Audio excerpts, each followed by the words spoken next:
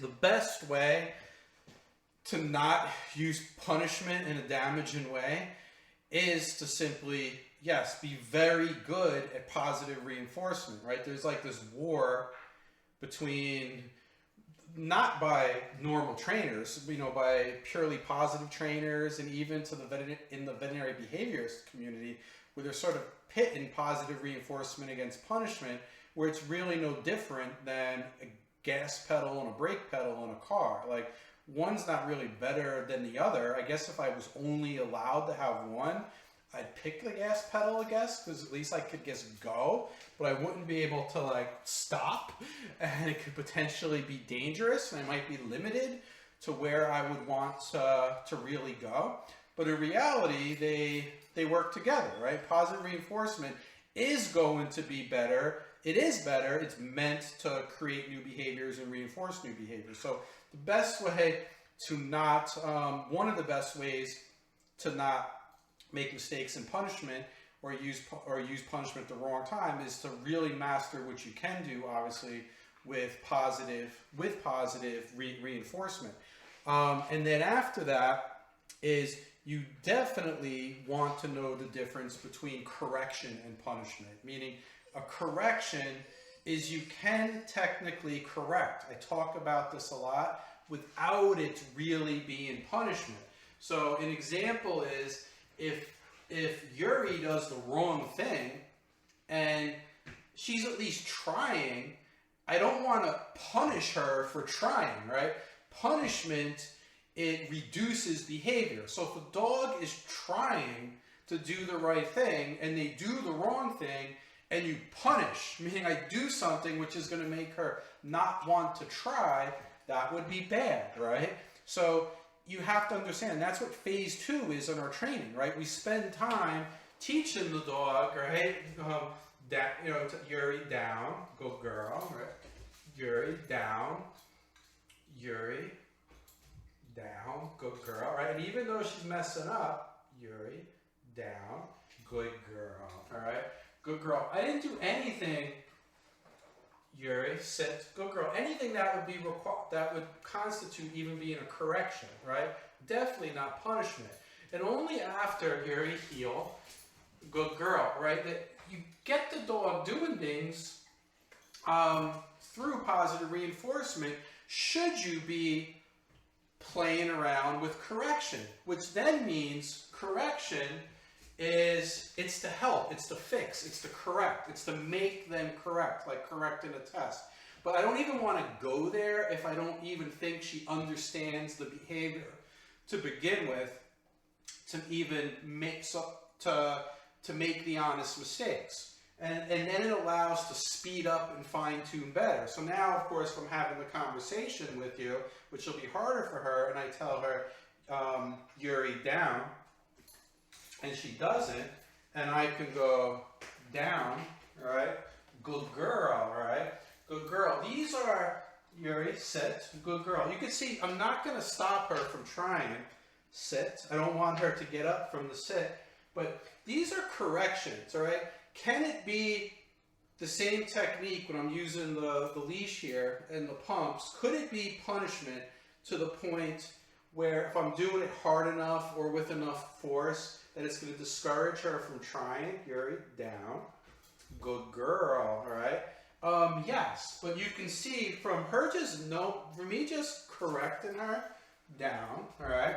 For me just correcting, good girl, it allows her to be right more. She's going to get more positive reinforcement right now because I am correcting her. I'm showing her what's right. She can get rewarded more. I am now speeding up the process, right? Yuri, sit, good girl. Good girl, all right? Yuri, down, good girl. So she sees right away with a little bit of correction. She knows in this situation, we'll be talking to the camera, oh, I guess I'm supposed to stay there, and she's getting more rewards for it, right? Now, next thing is we talked about before is you definitely should have a safe signal. In her case, it is her name, all right? I will never, ever say her name, and after I say her name and give a command, administer a correction right after that. She's always going to get a chance. That prevents her from thinking that she's going to hear a command and think like, oh, this means that I'm going to get corrected, all right? And jump around, have some kind of side effects. Now, dogs think more clear, can make better decisions if they're not all stressed out. That is science too, right? So now if I, Yuri, sit, good girl. She could be much more focused, right? She's not going to be scared. Yuri, down, good girl, all right? Good girl. Yuri, heel, good girl, right? These are all safe signals by hearing her name. Yuri, come, good girl, all right? Yuri, down, good girl, right? So I'm using safe signals and I'm using correction, all right? Know the difference between correction and now also is problem with punishment. I mean, in order to be good at punishment, you also want to know the difference between escape conditioning and avoidance conditioning. They're two different concepts. And Yuri, I'm using, pumps to make her move, but she shouldn't be stressed out by this because we taught her how to escape it, right? Like I actually would pump and then bring her, lure her towards treats or towards love to make it easy for her to escape the uncomfortable pumps to get something. Because of that, are you getting? She's getting very impatient. You're very impatient. You get impatient. Now, because of that, if I want her to avoid that, and we are using it in correction or later in punishment, if you are making it, doing it at a level that they really want to avoid it, they do not get really scared if they decide to challenge it and then they get the correction. They know what to do with it. They know how to get rid of it. So if I tell her, Yuri, sit, and she does, good girl, Yuri, down, good girl, Yuri, heel, good girl. Anytime she messes up and I correct, she knows how to escape the pump. She's just going to do it. She may not like it, but it's not going to be something that happens to her which she's going to panic because she knows how to fix herself right away. All right? Now, punishment, all these things about punishment, all right? And so some more things about punishment. Keep this in mind. This is, what is that? That was, I think, the fourth thing, right? A fifth thing is conditioned punisher. You don't have, just like we say good girl and treat, you can say no before you give an actual real punisher to a dog, right? There's conditioned punishers. There's conditioned punishers or unconditioned punishers, just like there is rewards. Conditioned, there's unconditioned reinforcers and there's conditioned reinforcers. If we teach her, if she does the wrong thing now, if I just tell her no instead of going to correct her, but I say no before I correct, she never really has to get, like that's what, if I tell her, Yuri, down, good girl, we'll wait for her to mess up. Yuri, sit, good girl, so I'm going to give her rewards. But when she does mess up, she knows I've done it enough for I say the N-O word, Yuri, down, good girl, that it means I say that and then would come a correction. Just like you say, I could say good girl and then give her a treat. If she messes up, it's no, then the correction. So it makes it so you can use less primary punishers, right? And at this point, she's listening better and better because the more communication that I give her, the easier her is to get pretty reliable over here, right? Yuri, heel, good girl. See if we're going to even get her to mess up anymore. Yuri, down, good girl.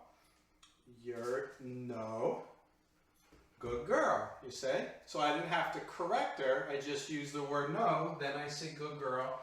And then we get the treat, right? Yuri, free. Now, last but not least is be predictable, all right?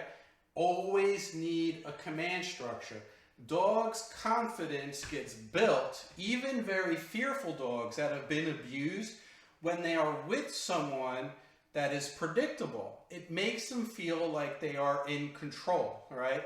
If you are safe to, if you have that dog's best interest in mind, and you're really communicating with that dog, you're paying attention, and you've done your steps, and you know if the dog understands the commands, and you understand that 99.9% of the time when you're working with a dog, and you know what they want, and you know what motivates them, and you know what level of training you are, 99.9% of the time they're making honest mistakes, or or how they act is just a reflection of exactly what they learned so far, and the rules that they know basically work. All right, I gave you a command. Do I have to do it? Do I not have to do it? Do I do it only if I want a treat, or only if I want love? Or am I also getting that command because I have to do it because there's this correction, which could be anything just to help, to get more rewards, or to uncomfortable enough where they want to avoid it, and it's reducing the disobedience, which then it is truly punishment, right? Which really is, no one should be using real punishment unless they have mastered basically those 6 things, all right? And that's what phase 2 training is about, doing a full command structure there. So, right, so now I have the treat, and remember, you're gonna know all your reward schedules through phase 1, but at this time when I'm doing all my communication with Yuri, heel, good girl, all right, good girl, we're gonna say, when I can tell her I can praise her, I can tell her conditioned punishers,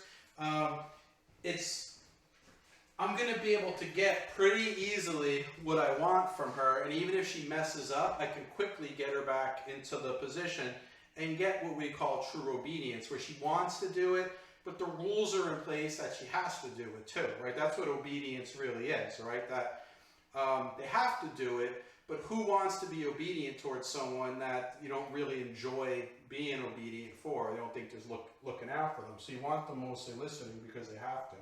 Yuri, down. Good girl. All right, we're immediately so much better than when I first started working with her. Yuri, sit. Good girl. Good girl. Look, just so much more reliable. Once she knew saying yes and no, basically. All right. Yuri, come. Good girl. I take that. Let's give her a reward. I just want her to be in front of me for the come. Let's see this. Yuri, place. Good girl. Good girl. No. Good girl. All right. We got nose, good girls, and that's it. All right. We do that. Though it's really the dangers of punishment is not understanding punishment. You know, and you get side effects by not really following some basic rules there. Yuri, free. Good girl. There we go. Take this off, you know. Keep your tab on. Good. Let me see. Let's see what kind of questions we have here.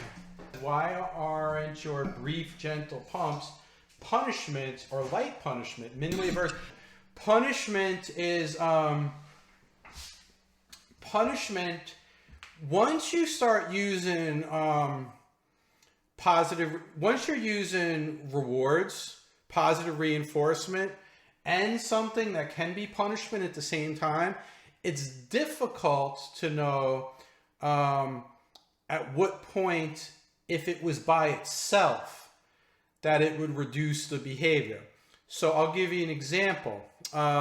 Yuri, when she's fired up after the stream and she wants to like go hang out with you, she knows we let them back out in the yard a final time and they get their final dinner. She is so fired up. I should have like Judy like record one time, and like she, even just on her regular buckle, matter of fact, even like that star mark collar, like I don't even know why I have it on her, because I really don't even, she will respond just to the regular buckle collar. She's a very soft dog. She doesn't really need the star mark collar, but I just think it's safer for them, for their neck. But even just on her buckle collar, if she goes to forge ahead and I give her a punishment or whatever, it's not even a correction, she'll do it, and she heals even on the flat collar really, really, really well, like while she's really fired up to go outside and to get to the other dogs. But she knows this Premack principle. She knows if she does not go back into heel position, I don't move towards the door. And I believe if I just took her outside on like a regular walk and there was no, like, she wasn't going to get anything out of going back to my side, even with the pump. And I've seen it, and I'm just talking from experience, like working like lots of in-kennel jobs.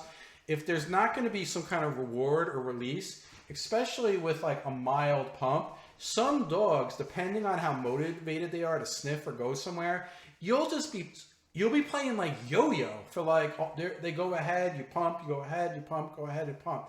So I think there is, you know, if it reduces the behavior by itself, it is punishment.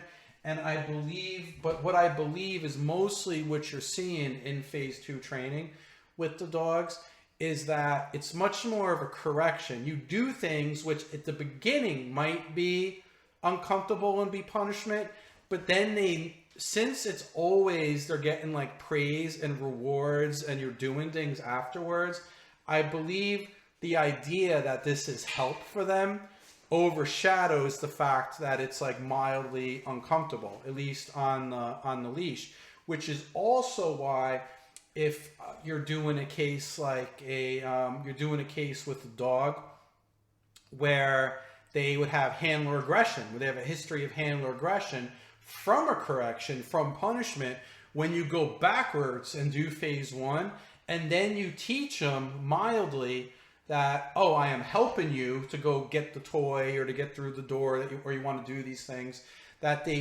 you change their perception of what this means, that it's not just here, you got to do it.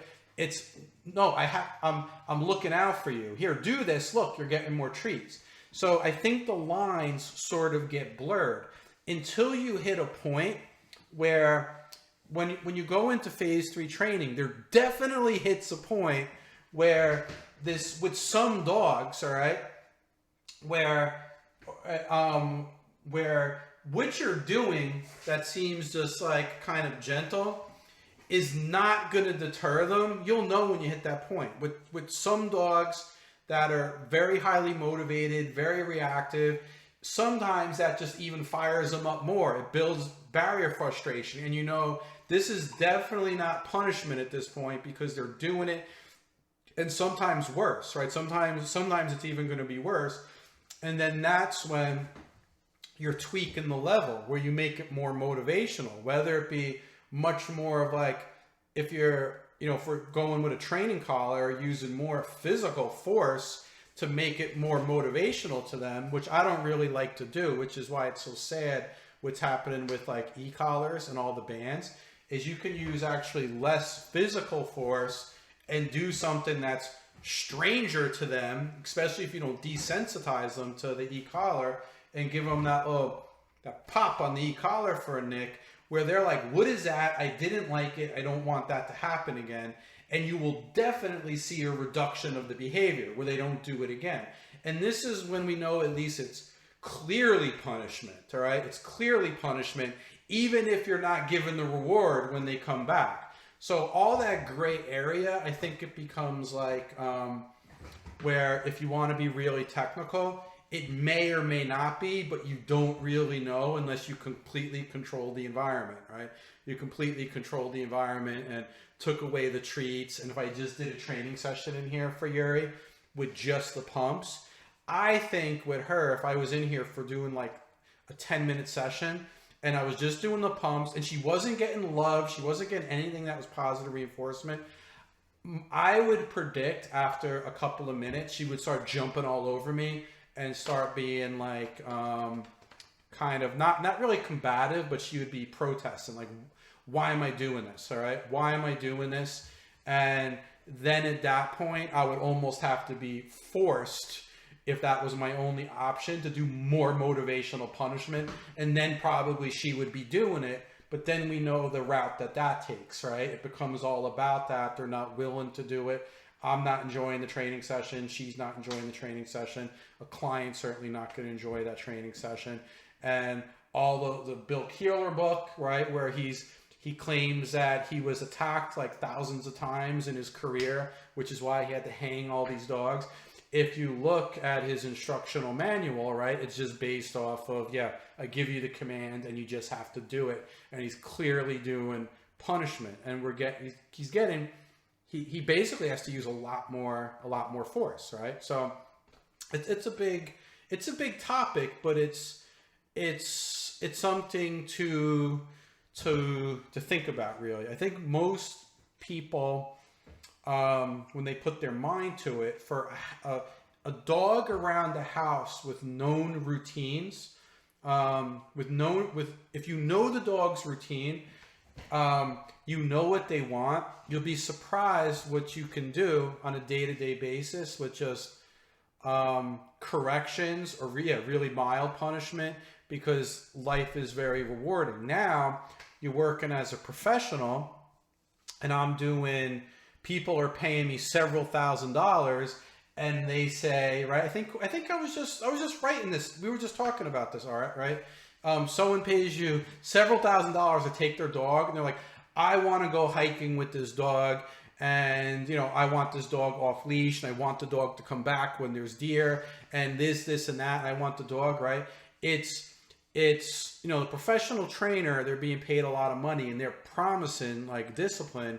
You want to definitely make sure you're going to phase 3 and you know how to use punishment, and you can make sure, especially when you're a personal trainer, people, they have aggression problems, real issues, stuff like that, right? You have to bring it to that level, right? But am I doing that level with like my little dog Dixie, even Darcy? I mean, what I can do with Darcy, and I mean my own dogs, right? Like, how much am I using what I would consider real punishment? I know what they want throughout the whole day, and I really have to do it. It's mostly correction, telling them you're wrong, go over, you're wrong. If you do this, you're going to get what you want. And since I'm in control of everything in these controlled environments, it's different. But yeah, if I'm going to take them hiking or something like that, there's going to be more punishment. At least they know that'll be part of the equation, or I'm not going to put them in a situation where I cannot completely control the environment without punishment being part of what they understand, that they're also doing this kind of punishment. So I don't know how much I'm going on a tangent of this, but it's food for thought. When are you correcting? And you're correcting them, and correction's a good thing, right? Correction is a good base for punishment because they see it as help. So even when they get a higher level punishment, it's still the fact, they may not like it, but they still definitely know that, they're going to expect you to be praising them and giving them good things when they come back and they decide to come back and do the right thing, really. All right. They don't have to be scared of coming back to you.